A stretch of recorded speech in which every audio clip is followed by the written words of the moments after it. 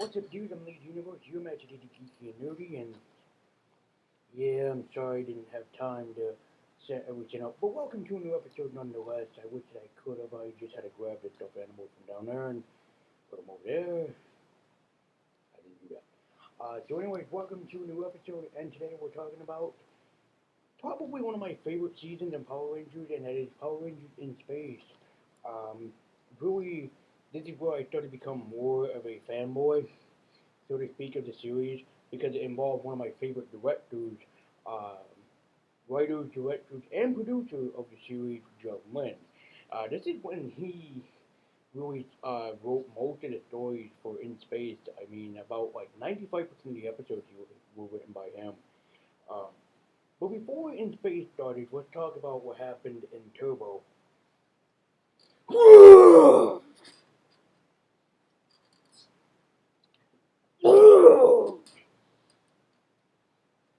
I don't like Turbo for a lot of reasons, and namely, one of those reasons is a little tiny 10-year-old named Justin. I don't like him. Also, they got rid of the Geo powers. That's a story for another day of why I don't like Turbo.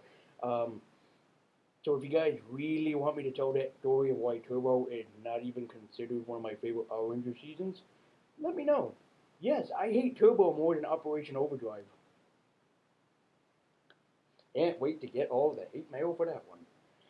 But In Space had an interesting background because after Turbo, initially they were thinking of having the same team, but no andros.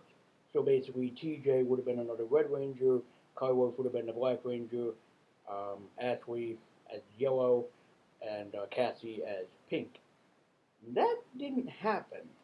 Um, so what ended up happening was instead, let's create something new, different, and more divine for the series. And well, I gotta say, for Judd Lynn, he actually did quite a good job setting up the team because it starts out a lot more differently than all the other seasons. Because we start up in space, and I love Judd Lynn for this, uniting all of the past um, villains, and Dark Spectre, the Lord from Turbo the movie, decided to sit here and decide who was going to be his new caretaker, and he decided to take on his daughter figure, who is basically Astronomer.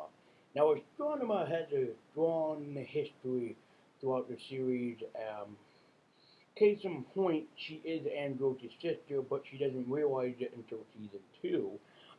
So from there onward, she keeps thinking that she's the Lord of Evil, and then even worse, Dark Spectre gets sick and tired of her turning against him and turns her into technically a cyborg for a short time. And she went on to become one of my favorite Pink Rangers and Power Rangers in Lost Galaxy. No, no joke. Corone is one of my favorite favorite Pink Rangers in all of the series that to Kimberly and Jen from Time Force. So yeah, interesting all on its own. Um, so this also had a very interesting setup for characters. You had the Conda, the guy that basically stole Corone when she was just a young child. You had Dark Spectre that was also in here. Well, Dark Spectre. God, who the other one? God, I'm so bad. I'm sorry. Um, yeah, no, Dark Spectre. You had Dark Conda. You had you even had can't think of his name. They even brought back the freaking ridiculous character next to I haven't seen in space in a few months. I'm sorry, I'm very terrible. But this also had a very interesting start of characters because instead of just being like random mechanized character from Zeo or put together by Divatox or even put together by Finster or Morzen and Rita from the older series. This is all brand new. Technically, it's not. I mean, my favorite villains are from Time Force. I mean, using prisoners from the past, future, and present to basically serve in your army. That was a really cool concept and idea, and I love that. But having an alien from other planet, like going against the Rangers, that was pretty cool. Now, it's a huge character change. The first season is mostly for Andros, because Andros had trust issues against the other Rangers, and he was like, I don't know if I can trust you guys. I mean, I'm just a new person here. I don't know what to believe and what not to believe. But he learned slowly in his ways of like who he can trust and whatnot. So probably most infamously from the first season is the Turtles and Ninja Turtles and Power Rangers crossover, and I got to see it for the first time. How was it? It was bad. Bad. I don't mean a little tiny bit bad. No, I mean bad. It was bad. I mean, they kind of set up the next mutation. From there, they kind of talk about what happened to them and everything that they're not familiarized with these people. But I think it was Raphael who noticed that this person was named Astronomer or whatever. And it's like, how the frick do you people hear about this? You're in New York! They were in space! Or it was Donatello or something. I don't like the next mutation.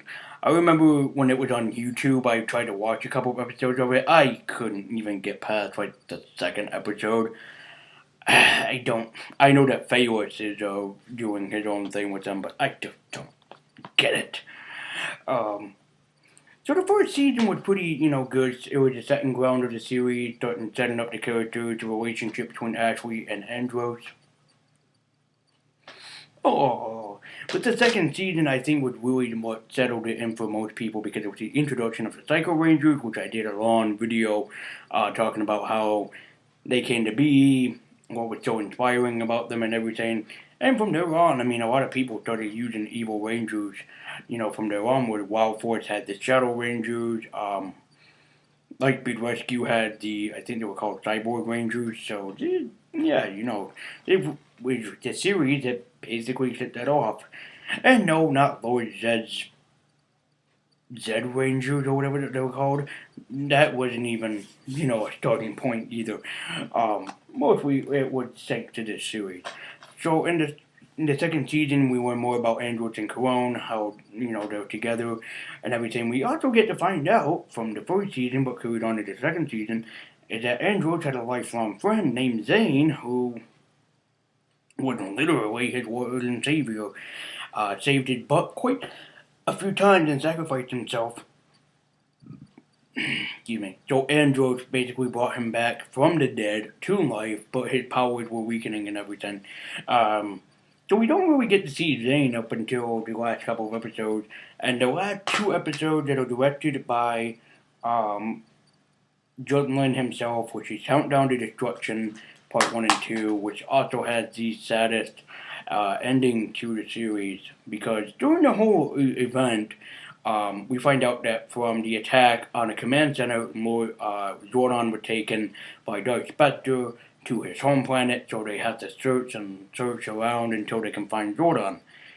They find Zordon, but he is beyond, turning his death point, and he tells Andros to smash the container. There is no choice.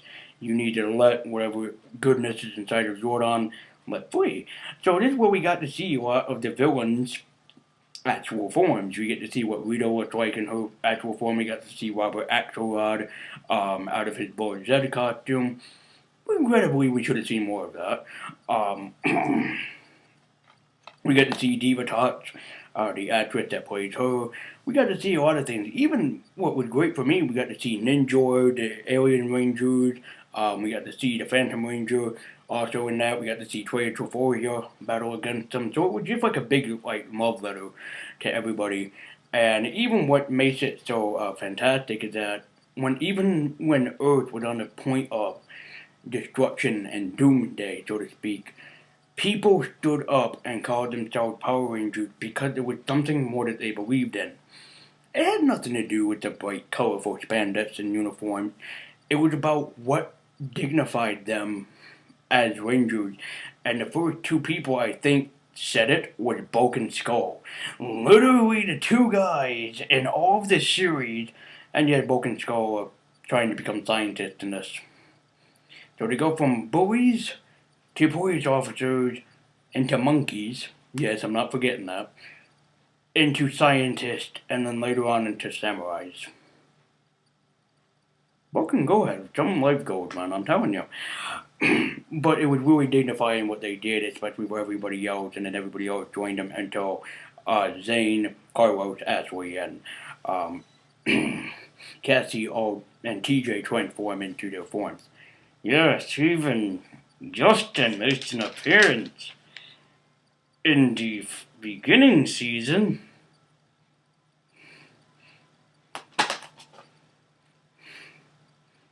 I hate that little shit. But this had a lot of good identifying moments, especially for the other Rangers. Like you get to see Carlos with a younger young lady, a child basically, and a child named Sophie, and learn why she wants to go into space. But she's only blackmailing him in order to get that reason. And Carlos misunderstood what she was trying to do, and turned against her. Everybody in here had a great character development moment. Even for Cassie and Ashley, their friendship was almost on the basically brink of extinction in the series. But of course, you can't have basically. I mean, this series is not the darkest series. I mean, there's more that was dark. But this is kind of like what Judd Lynn was on a teeter-totter, so to speak, with dark series. Now, these are not the darkest series in his book. Oh no, there are plenty more that go into even darker territories. Because basically at first it was like Power Rangers was a child series, and then later more so, it became a young adult sort of series. So, whereas this one was kid friendly, the others that will come to follow were kind of kid friendly up to a point. Because the next story I hope to review is Lightspeed Rescue, and oh boy, Lightspeed Rescue does not go easy on the dark tones of humor.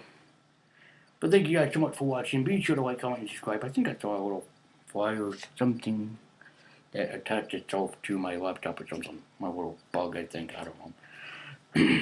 And also, if you are wondering if I'm recommending In Space, heck yeah.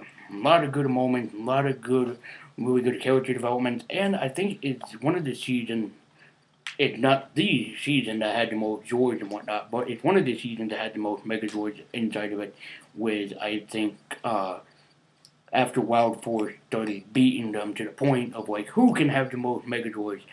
Meanwhile, Super Sentai is out there somewhere just laughing their asses off going, especially since they have, what's it called, Zenkaiju now? Yeah, Zenkaiju, you're kind of laughing at them going, you think you have the most Megazords? Come at us, bro. But thank you guys so much for watching, and yeah, I would recommend In Space. It's Judd Lynn's early work before he got into the better of his career, and he worked on Power Rangers for quite the longest time. I think he dropped out around either after or before SPD, so that was when, his losing point started coming on.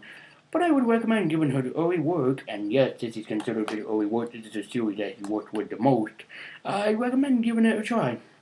So thank you so much for watching. I'm the Universe signing out and saying, remember, let's rock it. And until next time.